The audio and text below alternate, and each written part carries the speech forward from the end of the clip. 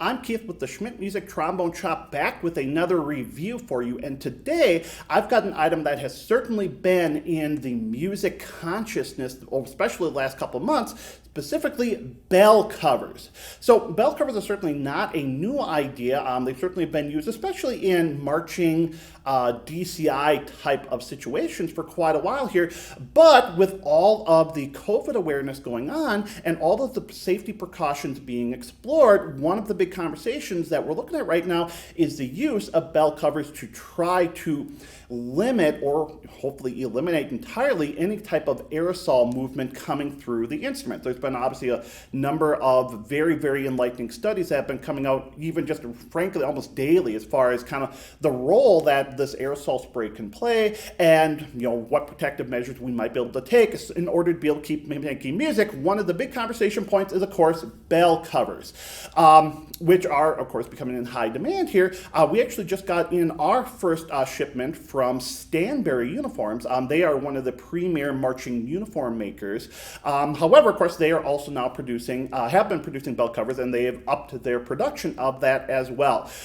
Having not spent a lot of time in the marching DCI world, I've never really played with a bell cover, so I was really curious to hear how this was going to play, and so I wanted to share that with you. So I'm going to be playing all of this today on one of our Lake City 415 tenors with a Bach 5G mouthpiece, so you can compare back and forth between open and with the bell cover, and then we'll talk about it afterwards.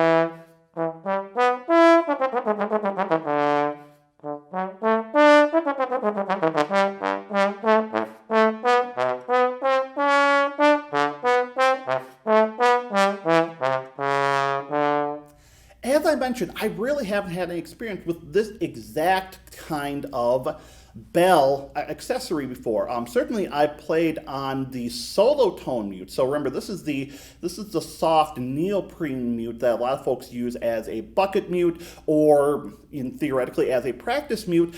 Because of the neoprene design, those, if you put it over the entire bell, for me anyway, they're incredibly stuffy. They just don't work at all. And then of course I played with any for wide variety of different mutes, but I've never used exactly this type of setup before. So I was really curious to hear how it was going to play. Was it going to change the sound, the response at all? And we'll see if it comes through the recording. I would say, did it change the sound for me? Yes, a little bit. I would say the overall effect in the sound is probably less than any mute I've ever played. And certainly less than like the solo, the soft tone mute. With this, I think the biggest thing I experienced playing wise is some of the highs, especially I think some of the resonance was deadened a little bit, which kind of makes sense. So with this fabric, again, this is made from Stanbury uniforms, and they have a whole variety of sizes. This is the 8-inch cover, and as you can see, it just stretches right over the bell. It is designed for 8-inch. Obviously, it fit an 8.5-inch bell on the large bore tenor here just fine.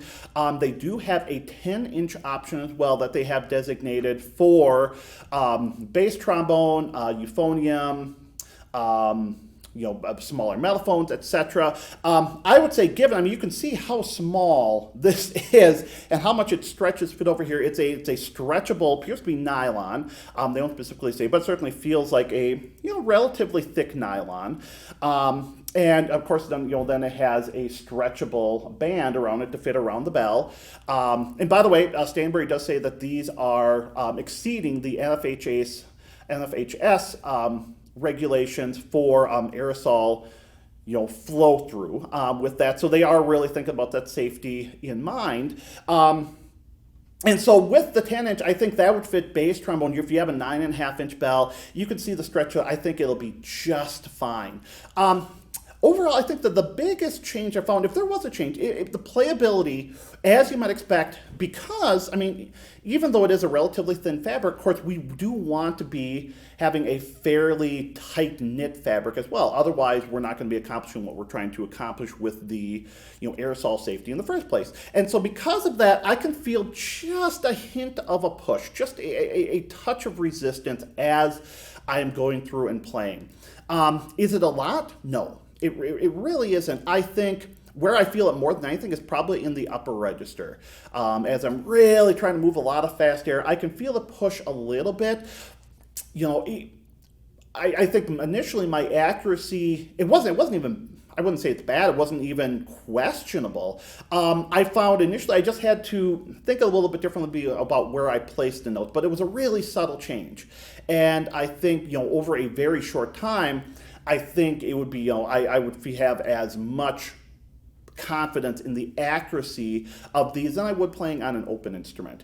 And I think, of course, like I said, I think we did have a subtle change in the sound, the resonance. It'll be really interesting here, full, especially, concert bands, wind ensembles, in a more, the marching field is one thing, of course, but especially in a controlled environment, if we're able to do rehearsals in an actual rehearsal hall, it'll be really curious to hear is there a sound difference among an entire ensemble using these.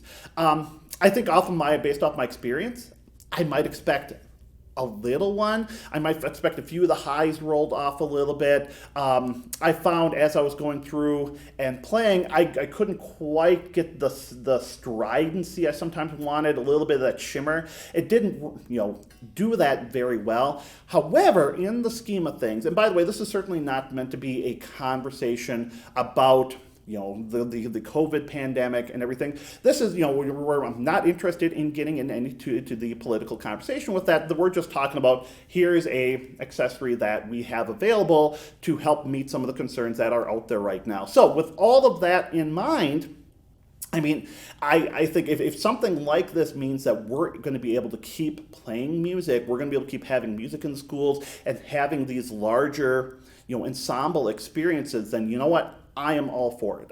I'm all for anything that allows us to keep music going. And I think my experience with this, I would have no problem playing with this. Would I rather play in an open instrument? Yes, but if I had my druthers, I'd rather play period. So I'd be very happy to play on this. And again, the quality looks wonderful with that. And there are certainly any number of different bell cover makers out there right now. And so I think you can kind of take your pick with them. But I'm very impressed with the Stanbury one. Quality looks awesome. It fits well in the instrument.